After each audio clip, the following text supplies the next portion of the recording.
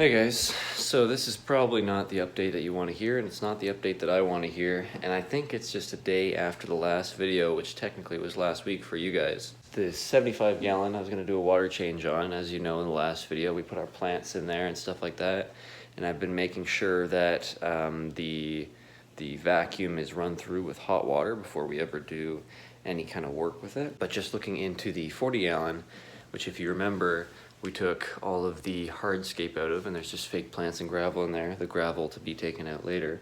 Just looking in there, there's already 2 casualties just today. That being a Bolivian ram and the last neon tetra, which I put in just a couple weeks ago because I thought this would be something that could easily handle with medication. As it turns out, medication doesn't necessarily work. The parasites seem to be getting used to it and are continuing to take over the fish. So the medication is not having any effect. The fish are continuing to die, the snails are continuing to die, and honestly nothing's getting better at all. The worst news of all is Kitster is in extremely bad condition. He's bloated, arguably, actually almost certainly, from the parasites because of how much space they're taking up in his intestinal tract and his stomach. And there's probably about 20 that are hanging out of his anus right now, not trying to actively and doing it well in the production of more young. On top of the bloat, there's also this massive scar going down the side of Kitster, my twig catfish. And I believe that it's due to just the expansion of the body because of how many parasites are existing within the tract, like I said, which just shows how sturdy this fish can be. Now, the young twig catfish was the first to go, but this guy, who I've had for 2 years, is hanging on very well to the point where his stomach is actually almost bursting because of how many parasites are inside of him, and yet he's still hanging on. He's still swimming around, he's still trying to survive. Now I could get leviamisole, something like that, which is known to kind of paralyze parasites and push them out of the stomach. But at this point, if this next level medication is not just killing them directly, then there's nothing else that you can get to save fish. Honestly, guys, the best thing to prevent parasites is to quarantine your fish in the first place and make sure that the infected don't get with the uninfected. Hey guys, welcome back. Sorry I'm speaking a little quietly. Everyone in the house is still asleep, so I'll try and speak a little closer to the camera. Waking up this morning, not a lot of change. Everything is still alive that was alive yesterday, thank goodness. I'm noticing a bit of a trend. The ghost catfish, the pencil fish, and a lot of the rainbow fish, as well as the beta, have managed to survive without issue through most of this. And I believe that that's because the parasites operate by hiding in the gravel, and they wait for something to pick at the gravel and swallow them up, and that's how they start reproducing young inside of the fish, and they start to eat the fish from the inside. So pencil fish, beta, ghost catfish, rainbow fish, all still looking really good. Twig catfish is still alive, 2 Bolivian rams still alive. I want to keep it that way. So what we're going to do today is to treat any secondary bacterial infection while we're double dosing the fenbendazole. So we're going to use sulfatrim. Now I was using salts earlier, not the best for catfish, but then I remembered we have this sulfatrim. Only issue is you need 2.5 tablets per 10 gallons, and we don't have that. We have a much smaller amount of tablets. So what we're going to have to do is, for one dosage, we're going to have to bring the water level down to 20%, which is fine because I wanted to do a deep gravel clean anyways, because there's a lot of mulm in here since we took out all the decorations and a lot of the gravel. So we're going to take out 50% of the water, 20 gallons, and we're going to hopefully suck up a lot of these parasites with it, and then we're going to dose this sulfatrim. And hopefully that means that tomorrow we'll start seeing recovery from a lot of these fish, especially on Saturday, which is in 2 days when we do the next dose. Hopefully that kills the rest of the parasites, and every fish that is alive right now, including Kitster, stays alive inevitably. So here we go with that. Okay guys, so where are we now? 50% water change, so there's 20 gallons in there now. We've dosed with sulfatrim, which is an antibacterial.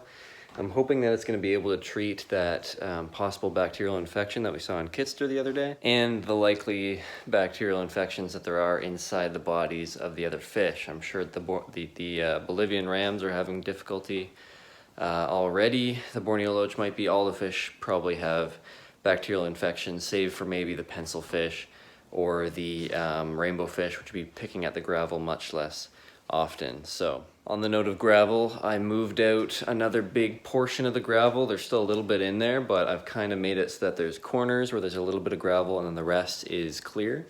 And the reason I did that is so that I can pick up any fish waste a little easier, and so it's less likely for the fish to be picking at areas where the gravel are, because that's where the parasites will be. They'll be hiding in the gravel waiting for a fish to pick them up. Kitster is surprisingly still alive. Again, my most delicate fish seem to be doing pretty well. Both the ghost catfish, the Borneo loach, and the twig catfish. I didn't see the Borneo loach, but he's been missing before and showed back up, so I'm certain he'll do it again. With the ghost catfish, they're fine. Like they're just vibing, honestly. They don't care. And then with Kitster, really bad bloat, possible really bad bacterial infection, very bad infestation with parasites, yet still very active. I took this video just as he was kind of calming down from swimming all over the tank, so he's still got a lot of energy in him. And I've since set him up so that he's in the middle of the aquarium where there's absolutely no gravel, so hopefully he's not going to be taking in any new parasites. And this Saturday we'll give him another dose of fenbendazole for the parasites, and hopefully this weekend is the one that's going to completely wipe out all the parasites, and we'll be able to restart on this 40-gallon aquarium. Now we have to keep a careful eye on the 75-gallon, because even though I was thoroughly rinsing with boiling water all of the equipment, there's still a chance that it could have gotten in the 75, and if it does, I really don't know what I'm going to do, guys, because I can't take any of the hardscape out of there, because it's built in. So let's hope that doesn't happen. Hey guys, welcome back. Again, quiet because it's very early in the morning once again. March 11th. Not a great day. I'm not sure if Kitster is still alive. I can't tell if he's breathing or not. We do have all the other fish still alive. To my knowledge, all the ghost catfish, rainbow fish, pencil fish, and the beta are still alive.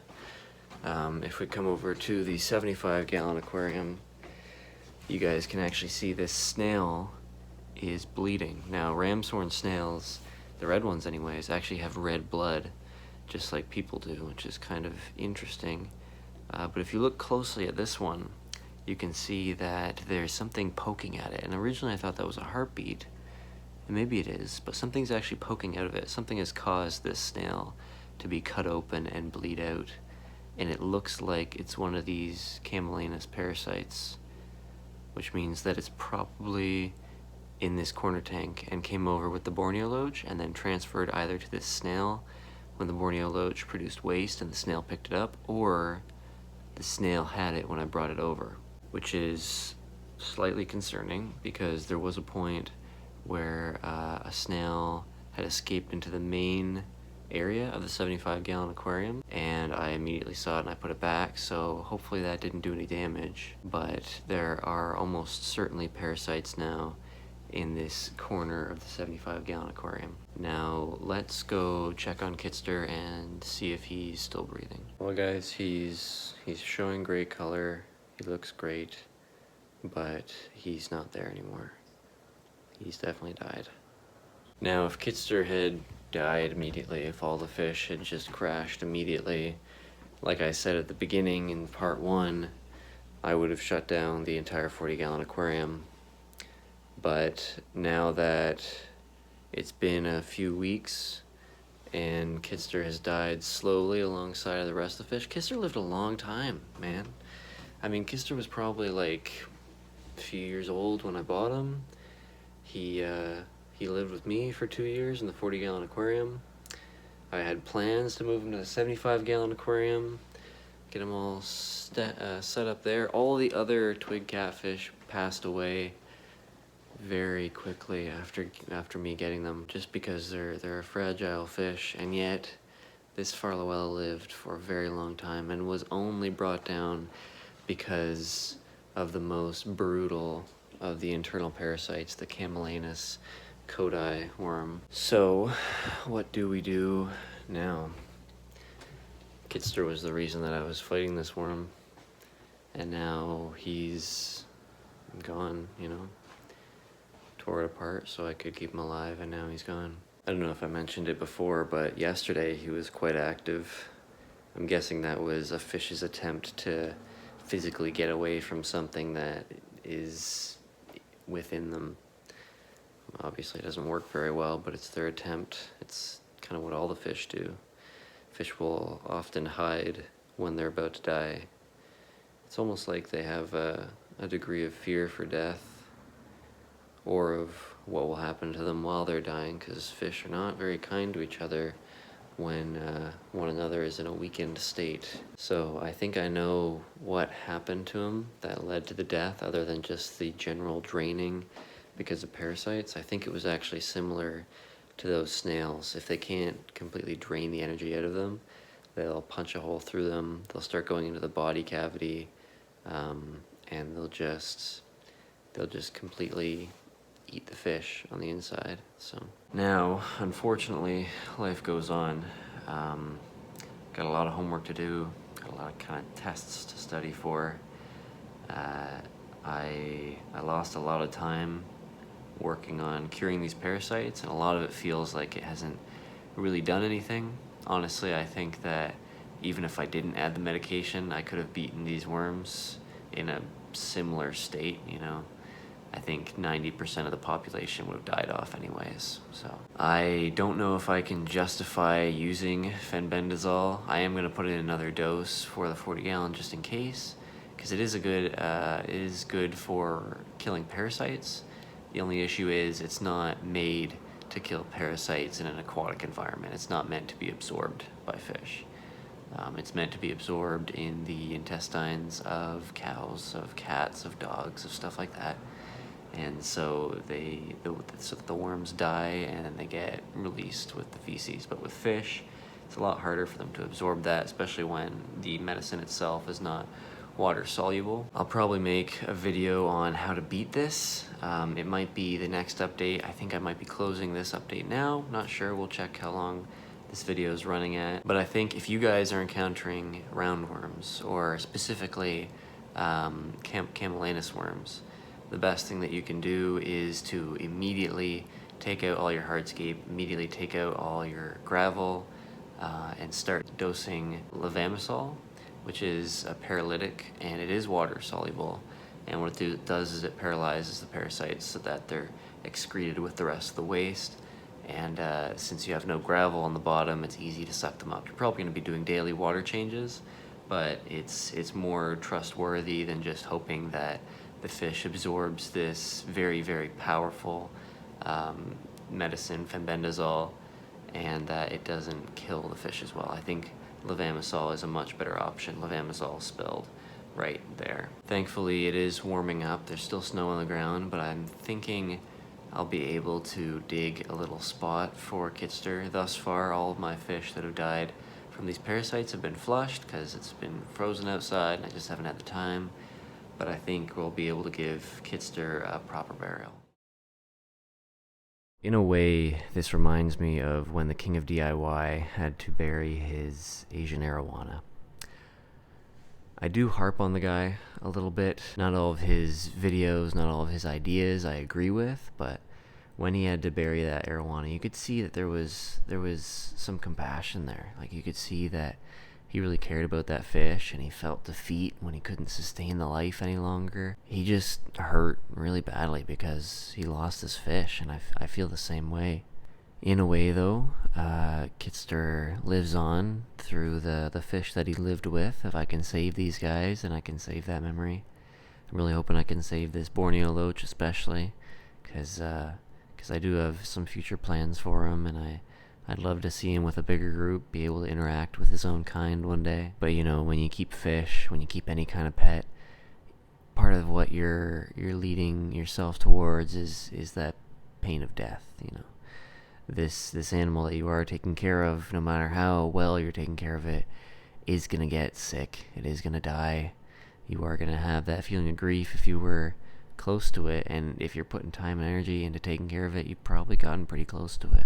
So I'm sad that this guy is gone, but if anything, it's saddened me. Yeah, I'm grieved over this. You know, I really like this fish, guys. I really thought that he was gonna go for like 15 years with me, that I was gonna have him in a bunch of different aquariums, that Hope and I would one day have a big 75-gallon fully planted cherry shrimp aquarium, and he would be living in there with them just for the next like 10 years or something. But contrary to what I said at the beginning of this series, I'm more inspired to keep going with the aquarium hobby. I'm more inspired by this tragedy, by this death, by this struggle, to keep teaching people on YouTube about these difficulties, to empathize with these kind of hardships. You know, not everyone gets it when you start, when you get all sad over your fish dying. You know, not everybody gets it. I'm excited to keep teaching you guys, to keep